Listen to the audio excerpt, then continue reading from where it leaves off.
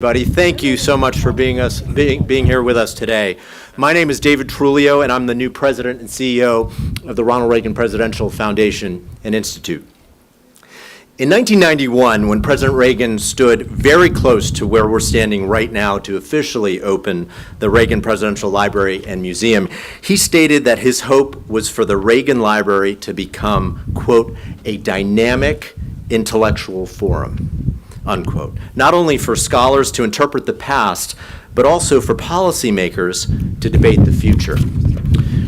Earlier today, we had the unique opportunity to host a bipartisan meeting between members of the United States House of Representatives, led by Speaker Kevin McCarthy, and Tsai Ing-wen, the president of Taiwan, and her delegation. Today's engagements are a wonderful example of how President Reagan's vision for this library is being fulfilled. Ronald Reagan believed passionately in freedom and democracy, not simply for Americans, but for all people around the globe. Before becoming president, he traveled to Taiwan on 2 occasions. And it was President Reagan's administration in 1982 that developed what became known as the 6 Assurances, a framework that to this day forms a key part of the foundation of how relations between the United States and Taiwan are conducted.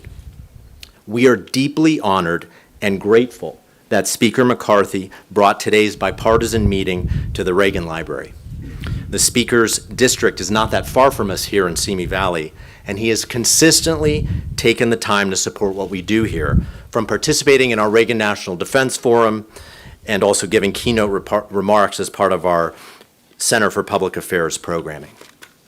Of significant note, in 2021, Speaker McCarthy tweeted, and I quote, "Ronald Reagan is, in large part, the reason I am a Republican." So it is my privilege to invite to the microphone a long-standing friend of the Reagan Foundation, the Speaker of the United States House of Representatives, Kevin McCarthy.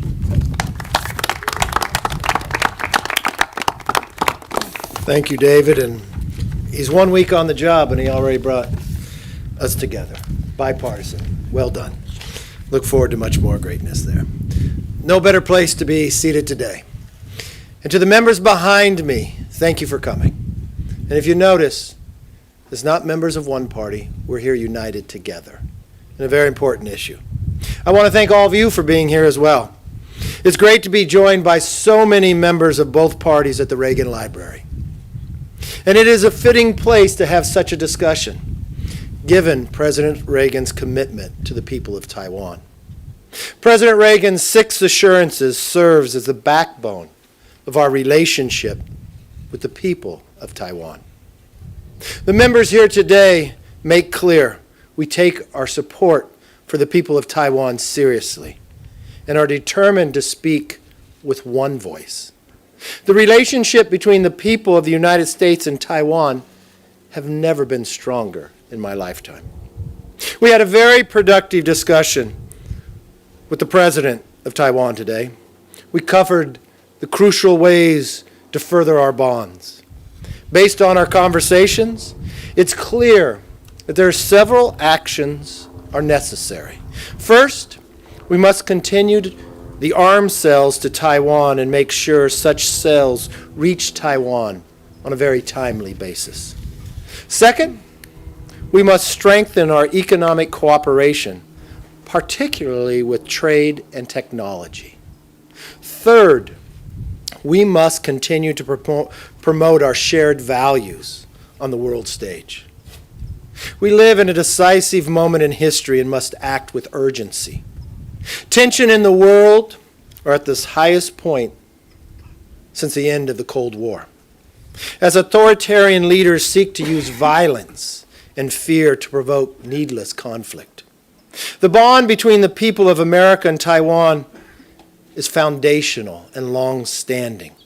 Together, our people have weathered multiple crises and cooperated in important areas of technology, trade, and human rights. America must stay true to our values and remain consistent in our support for the people of Taiwan, who share America's people's desire to live in peace, freedom, and democracy. I felt our meeting today provided a greater peace and stability for the world.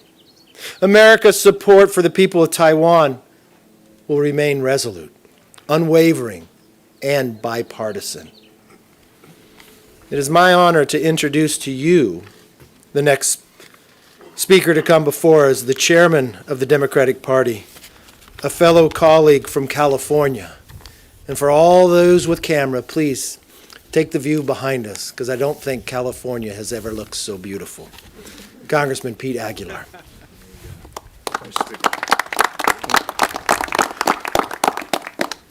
Thank you, Mr. Speaker. I want to thank President Tsai for the meaningful conversation today, and on behalf of the House Democratic Caucus, we offered our continued partnership and cooperation as we seek to grow our economic ties. Speaker McCarthy, on behalf of this bipartisan delegation assembled behind us, I want to thank you for facilitating this meeting and for fostering this bipartisan engagement. In matters of foreign policy, as the Speaker mentioned, it's important for us to set aside partisanship and work together to promote our common interests and the interests of the free world. In the 40 years since the Taiwan Relations Act has passed, the partnership between the United States and Taiwan has been rooted in the pillars of security, shared economic interests, and democracy.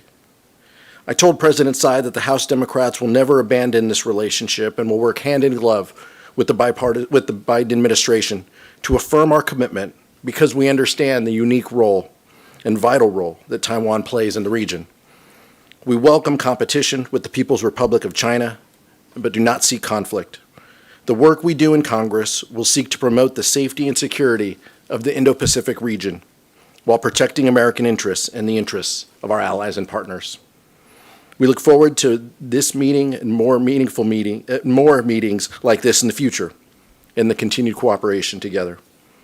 I want to thank the bipartisan nature of this delegation and introduce Chairman Gallagher of the Select Committee of the Strategic Competition of the CCP.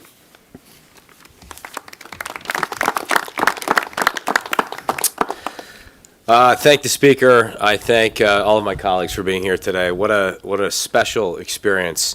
President Reagan once said, "If some of you fear taking a stand because you're afraid of reprisals, recognize that you're just feeding the crocodile, hoping that he will eat you last." Watching some of the coverage leading up to President Tsai's visit, I've been thinking about Reagan's crocodile. Some who failed to learn from decades of CCP behavior have been wringing their hands, wondering if we're being too provocative. But I would submit to you that if the duly elected leader of one of our most important Democratic partners can't meet with American leaders on American soil, then we're merely feeding the crocodile that will eventually eat us. We must not be intimidated. And Speaker McCarthy and this bipartisan delegation are here today to send a simple message, and that's we are not afraid. We support our friends in Taiwan. We're going to keep saying that whenever we have the opportunity, and we're going to turn those words into action this Congress, bipartisan action, because Taiwan is a small but very bright candle burning at the edge of a vast authoritarian darkness. It's a testament to something President Reagan said in front of the Brandenburg Gate. He said, "There stands before the entire world one great and inescapable conclusion. Freedom leads to prosperity. Freedom replaces the ancient hatreds among nations with comity and peace. Freedom is the victor." And with that, I am proud to introduce my good friend and ranking member on the Select Committee on the CCP, Raja Krishnamurthy.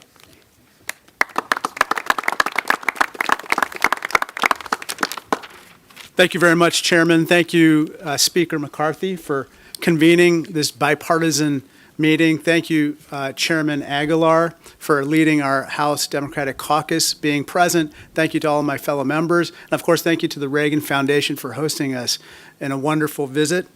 We had a wonderful set of meetings with President Tsai, and it reminded me of something that actually President Reagan said 40 years ago at the 40th founding of the United Nations. He asked the following question. He said, what kind of a people do we want to be 40 years from now? Well, today, we can agree with what he said should be the answer, which is that we want to be a free people, firm in the conviction that freedom is not the sole prerogative of a chosen few, but rather the entitlement of all of God's children. In that regard, Taiwan deserves to be free. Taiwan's people deserve freedom, and they have earned that right. The CCP has promised that if they reunify with Taiwan, they will provide a one China, two systems policy. In Hong Kong, we've seen such a policy in name being implemented. Unfortunately to us, and to many others, it looks like a one China, one system policy. And freedom, unfortunately, has not been compatible with that one system. And so that's why our bond with the Taiwanese people is unshakable. We will always support them in defending their freedom. And to our strategic competitors in the CCP, we say to them with one voice, we do not want war. We don't want a cold war. We don't want a hot war. We don't want any hostilities whatsoever. We want peace. We are a peace-loving people, but we want a durable peace, and we must deter aggression at all costs. We must peacefully resolve all differences between and among us at the bargaining table. So with that said, I want to say thank you so much, and I want to now welcome Chairman Smith of the Ways and Means Committee to address us. This is such a special day, being at the Reagan Library, but it's a special occasion, and we have to thank Speaker McCarthy for organizing this event and each one of our colleagues that's here, Republicans and Democrats. It shows how important this is to our nation and how important it is to Congress, that we were able to have such a constructive bilateral conversation with the President of Taiwan, talking about our relationship from an economic perspective, but also from a security perspective, and the results of how we can continue to partner and work together moving forward. I think there's going to be a lot of benefits from this meeting. Happy to give all the tough questions to Speaker McCarthy. Before we begin questions, let me just say one thing. I want to thank all the members who came. They came from different parts of the country, from different parties, from different committees, with one goal. That's to bring peace throughout the world, but bring a greater foster of a relationship with the people of Taiwan. I respect the job that you're all going to do, but let me put one caveat for you. Today was a very important day on the subject we talked about. I know you'll try to ask me questions about a lot of other subjects. Leave that for another day. Today I'll only entertain questions about this meeting and with here. Yes? We'll give you microphones too, so you can be heard. Thank you so much. Andrea Mitchell from NBC News. And it's remarkable to see this bipartisan gathering. And I was at the Brandenburg Gate with President Reagan and covered that. So this is quite a moment. Let me ask you, do you worry, Mr. Speaker, that you will escalate tensions with Beijing? No, it's not our intention to escalate. We want to continue to build and foster democracy and freedom. And there should be no fear. I mean, the uniqueness here, what I would think around the world, not very often does the world see Republicans and Democrats standing together on one issue. You know, when I first became Speaker, I sat down with Leader Hakeem, and we talked about this issue. And I said, I think some of the challenges that we have had with China have been part of the challenges that America has not spoken with one voice. We may have given conflicting views from going from administration to administration. I think what would bring and foster a stronger relationship is that Congress speak with one voice. And you found earlier this year, when a balloon traveled across this country, 100% of Congress voted together on a resolution. And I think today you found that we sat down with the president united talking about how we foster peace further. And the number one thing I see of how you create peace is you communicate. You communicate with one another, whether you be foe or friend. And that's something that we see different today. We are also reporting that the balloon did gather intelligence, contrary to what the administration has said. Can you respond to that? From my understanding, that was the purpose of the balloon itself. And I think that's why you found Congress speaking with one voice. It doesn't matter what country that comes from. It should not be allowed to go over our airspace and gather with the technology that it has today, and we'll figure more about that, and there might be ramifications further based upon what the actions were taken. But thank you. Yes. Thank you very much. Thank you, Mr. Speaker. Josh Campbell with CNN. I have a clarification and then a question, if I may. Yesterday in Bakersfield, you did an interview and you described China as a country that is a very important country, was the quote. And I'm just curious, given the sensitivity of that word country, was that purposeful? And then second, I'm just curious, obviously we're here at the Reagan Library. We've heard President Reagan mentioned several times today he was impactful on your career. In a different place and time, when the Soviet Union was the adversary, he was asked what his strategy was, and he said it's simple: we win, they lose. 4 words. I'm wondering, in the modern era, with China increasingly described as an adversary, is that your view as it relates to China? We win, they lose. No, I think when you look to America, the world wins when we have peace. The world wins when we have respect for one another. The world wins when we have more democracy and more freedom. It was only fitting that we had this meeting here. Look, I believe in the 3 communiques. I also believe in the 6 assurances. That has not changed one iota. But I do believe in fostering a greater relationship and sitting here and understanding what the world looks like before Ronald Reagan took power and what the world looked like afterwards. And it wasn't just Reagan, it was other leaders around the world who stood, of Lech Wałęsa. There were 2 Germanys. We watched a Margaret Thatcher. We watched those who stood for freedom, stood for democracy, wasn't based upon a party.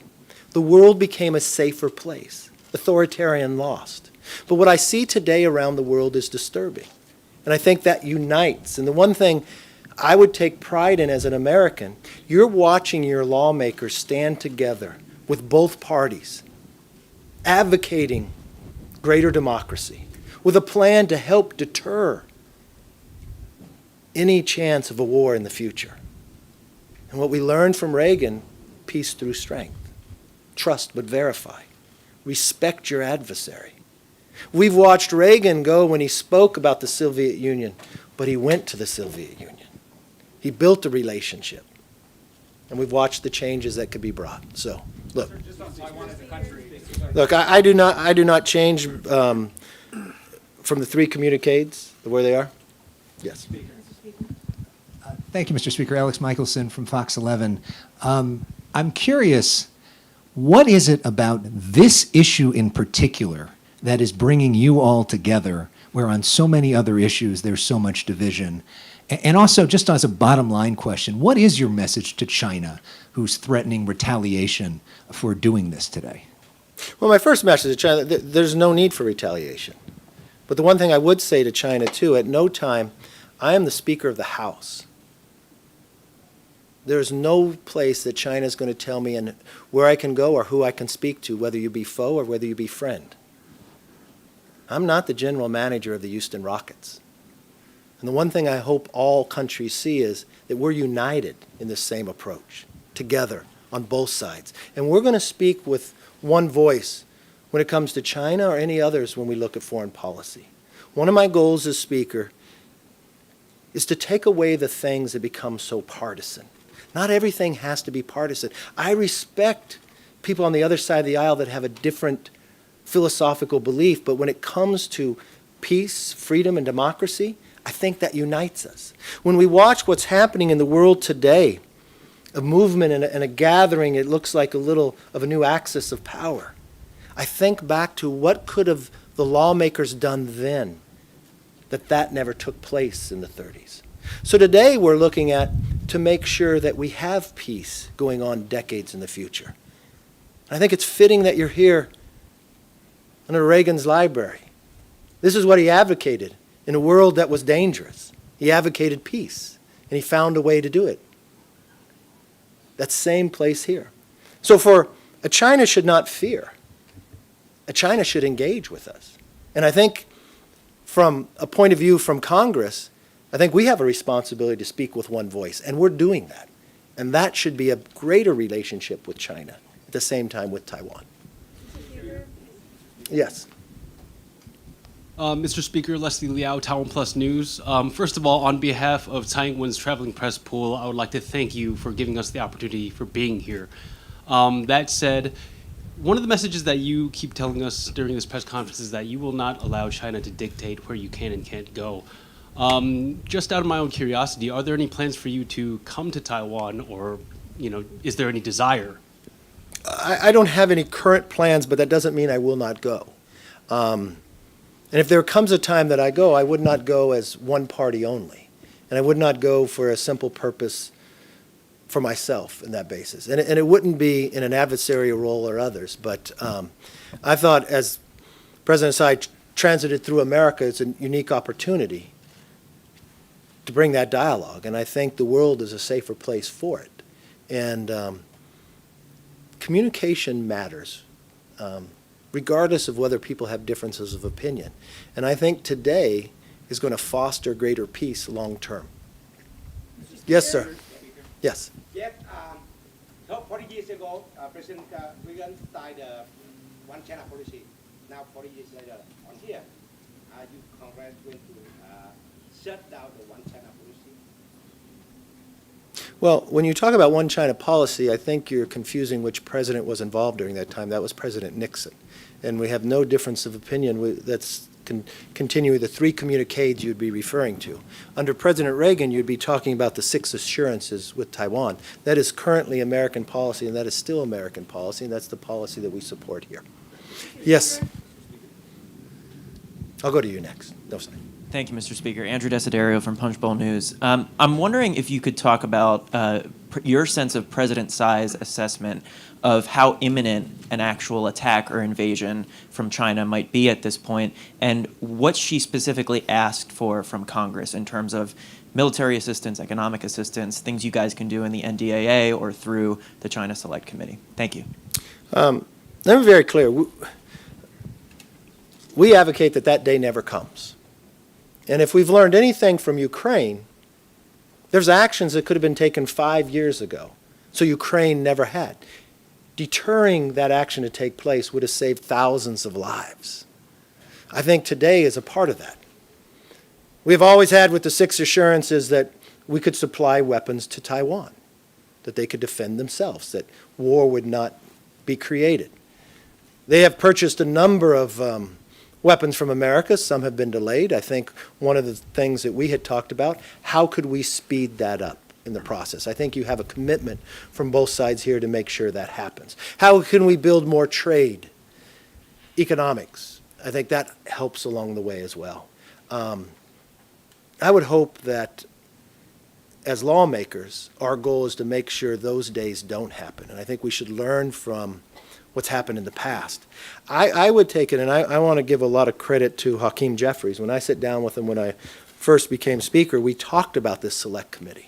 And the goal of this Select Committee is to speak with one voice. And I have been very impressed with the chairman and the ranking member of how they carried about themselves. And this isn't the only meeting that a number of them are going to do. They're going to go throughout California, meeting in others. And part of the Select Committee is finding places in America so we're not dependent on other countries, be it critical minerals, be it medical. Making America stronger makes the world safer. And that's the unique goal that all of us have, and that's what we're working towards. Yes. Mr. Speaker, you've talked at great length about the importance of the unity of this delegation and the bipartisan nature of it. But today, as you're meeting here with the Taiwanese president, Emmanuel Macron, the French president, is in Beijing meeting with Chinese leaders. What do those conflicting messages mean for the strength of this message and for your approach to China? And then, if you can comment on yesterday's indictments, that would be great too. Well, first of all, I don't think what Macron's doing is conflicting here.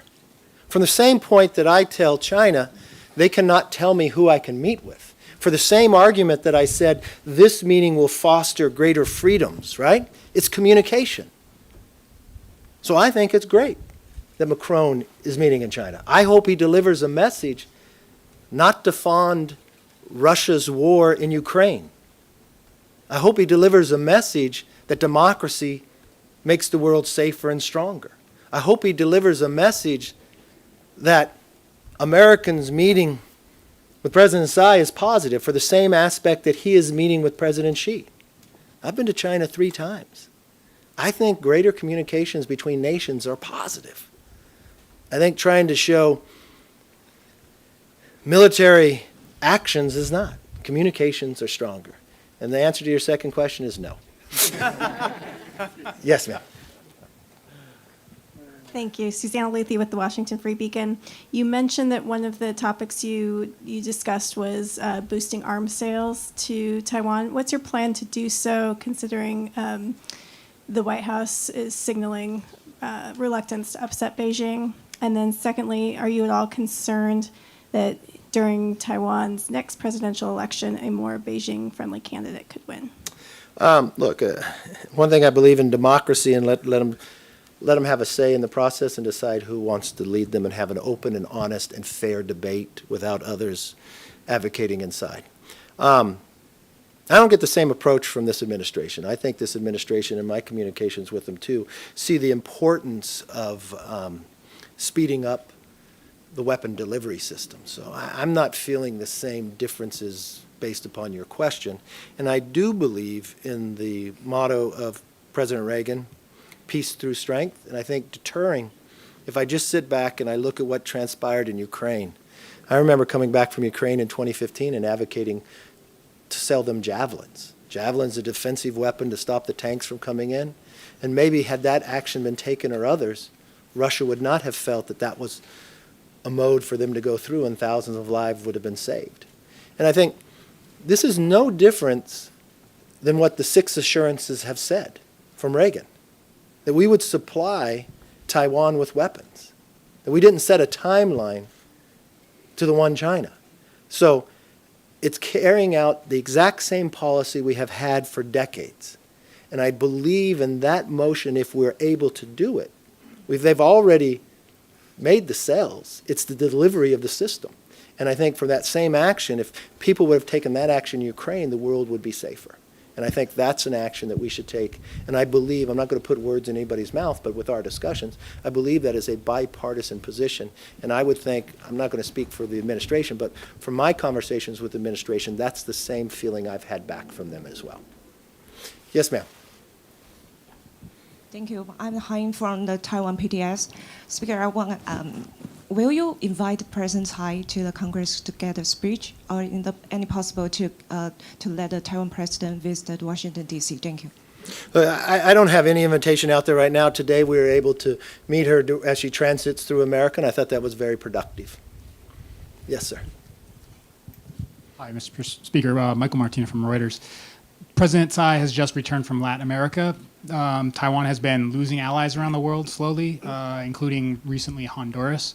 I'm curious if you think that the United States is doing enough to stop that, if you even think it's the United States' business to step in or say to Taiwan's allies that they should remain with Taiwan. I think that's one of the reasons the president was out communicating with others.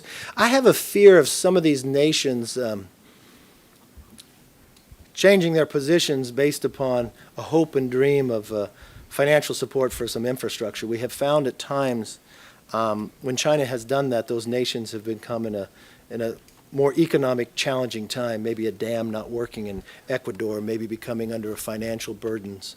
So I truly believe that all nations should look at where it is and make a decision. I wish all nations would make a decision based upon democracy and freedom and peace. If that's the decision at the end of the day, or the determination, I have no fear of where people would make their decision. Yes, sir.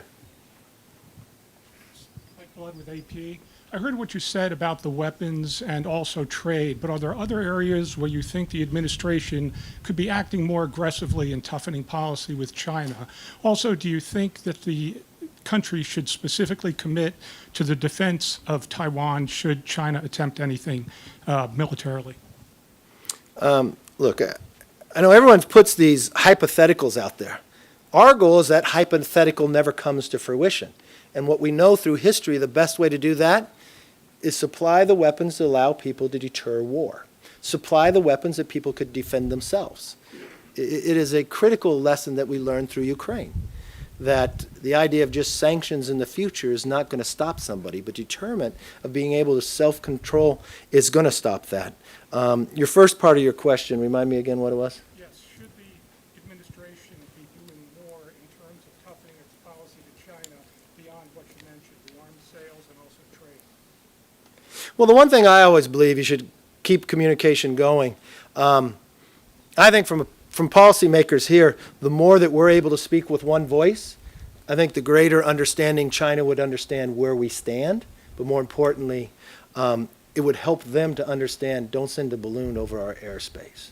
Don't use authoritarian bully tactics, is not going to go far. We want to have peace, we want to have economics with you, we want to be able to grow like we had for a number of years together, and we want to continue to foster that. We respect your position, we respect the nature of your country, but the same part is you've got to respect democracy, freedom, and peace. And the idea of America in the last number of years of flip-flopping through administrations, I think had sent the wrong message to China.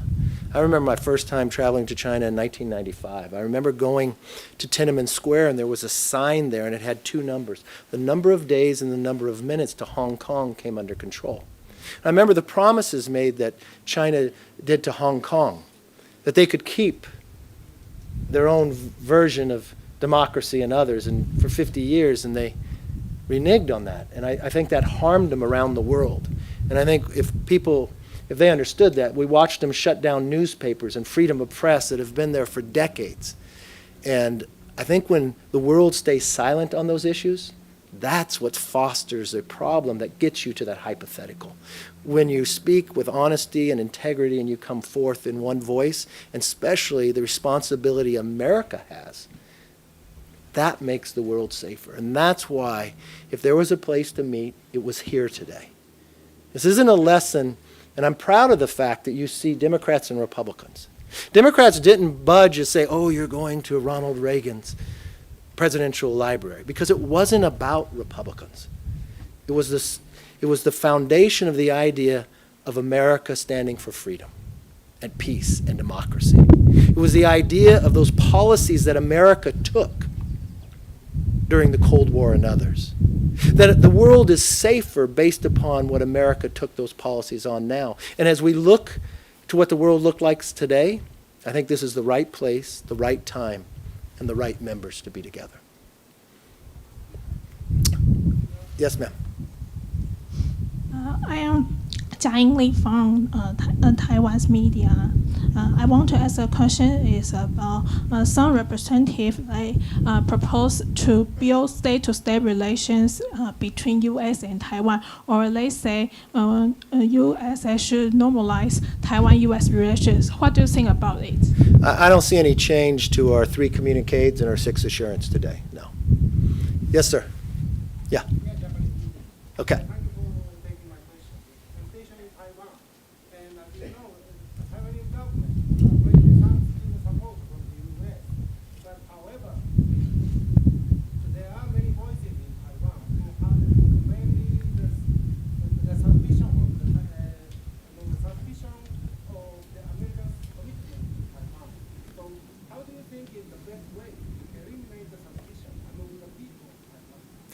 I think when you look today, just fostering greater relationships. I think when you sit here today, sitting at the Reagan Library with the 6 assurances, that continues to build. And what I look to is, I understand the premise of your question, but our goal here is that we have peace throughout the world. And we understand where the world is today. And I think today helps us foster that further with committing to those 6 assurances of where we go. And I think the world will be safer for it. Yes, ma'am. Thank you. Catherine Hiller from the Financial Times. We've heard a lot about unwavering support for Taiwan today. Now, if there were a Chinese attack, do you think the American people would be okay with America sending troops or really stepping in to defend Taiwan? Thank you. Look, that's a hypothetical question that we never want to get to. The reason why we're together here with both parties sitting down is because we never want to see that question really get asked. We never want to see that to come to fruition. And we understand through history. We understand through the history of what Ronald Reagan would do and others, that day you do not want to have happen. I don't care what side of the aisle you're on. And how do you deter that? You foster a greater relationship about peace, freedom, and democracy. You deter the ability for one side to create war. You stick to the 3 communiques and the 6 assurances. That has fostered peace and grown economics on every side of the aisle, be it Taiwan, be it China, be it America. So that is what we're doing today. So when you look back on history, in a critical time around the world, what did your lawmakers do? They stood up. They built relationships to friend and foe. They deterred the ability for one to foster war against the other. They built economic ties with both. And they fostered a greater relationship for freedom and for peace around the world, because no one wants to get to a hypothetical question she just asked. I thank you for spending your time with us today. I thank the members for spending time here. This won't be our last discussion about this, and we'll continue to foster and grow, because it won't all be solved today. But thank you and God bless. Have a very happy Easter.